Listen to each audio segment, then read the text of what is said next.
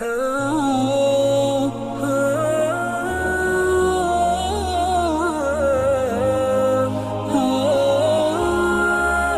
اللہ بہترین نہیں ہے جو آہ سنتا ہے اس شخص کی، اس انسان کی جو غم میں ہے، جو اتنا زندگی سے اک چکا ہے، جس پر اتنی مصیبتیں آ چکی ہیں، اتنے ٹیسٹ اور ٹرائلز آ چکے ہیں کہ اکیلے میں رونے میں اس کے منہ سے آہ نکل جاتا ہے۔ ایک بھائی مجھے ملے، کہتے کہ بس اب تو بس ہو گئی، اور اب اکثر میرے منہ سے نکلتا ہے کہ اللہ بس اب میری بس ہو گئی۔ تو یہ کون سن رہا ہے ان کی آہ؟ اللہ تعالیٰ کہتے ہیں میں سن رہا ہوں۔ کیا اللہ سے بہترین کوئی ہے جو اپنے بندوں کی تنہائی میں آہ کو سنتا ہے؟ أَمَّن يُجِيبُ الْمُضْطَرَّ إِذَا دَعَاهُ وَيَكْشِفُ السُّوءَ وَيَجْعَلُكُمْ خُلَفَاءَ الْأَرْضِ أَإِلَٰهٌ مَّعَ اللَّهِ قَلِيلًا مَا تَذَكَّرُونَ۔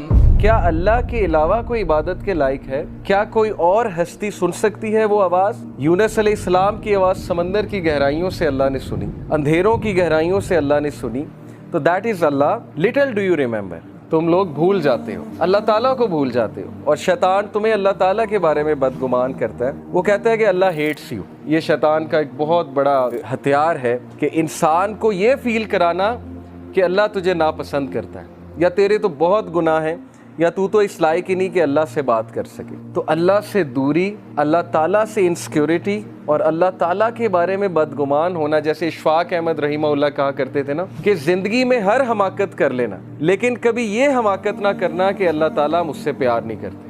یہ زندگی کی سب سے بڑی حماقت ہے۔ یا ایھا الانسان ما غرک بربک الکریم، اے انسان تجھے کس چیز نے اپنے رب سے غافل کر دیا جو کہ کریم ہے، جنرس ہے۔ اس نے تجھے بنایا، فیشن کیا، پروپورشن کیا، تجھے شیپ دی، جس طرح اس نے ول کیا تجھے شکل دی۔ پھر جب تم بڑے ہوئے ہو تمہیں کن کن حادثوں سے اللہ تعالیٰ نے بچایا، ہمارے گناہوں کے باوجود اللہ تعالیٰ ہمیں روزانہ معاف کرتے ہیں۔ تو کس چیز نے غافل کر دیا اللہ سے تم ہر انسان سے امید لگاتے ہو لیکن اللہ تعالیٰ سے تم بدگمان ہو۔ تمہارے پاس ہر چیز کا ٹائم ہے لیکن نماز پڑھنے کا ٹائم نہیں ہے۔ 15 منٹ اگر آپ ایک نماز کے لگا لیں، اگر اچھے سے پڑھی جائے، تو 6 سے 7% دن کا حصہ اگر تم اللہ کو نہیں دے سکتے، جو وہ ہستی ہے جو سب سے زیادہ میٹر کرتی ہے زندگی میں، تو اس کا کیا مطلب ہے؟ اس کا مطلب یہ کہ ہم ڈیسیو ہو گئے، اس کا مطلب ہے کہ ہم کھو گئے، اس کا مطلب ہے کہ ہم نے اس ہستی کو اگنور کر دیا، یعنی ہم نے اپنے پاؤں پہ خود ہی کلہاڑی مار لی۔ اور وہ ہستی بار بار ہمیں بلاتی ہے، 5 times a day اللہ سبحانہ وتعالیٰ calls us،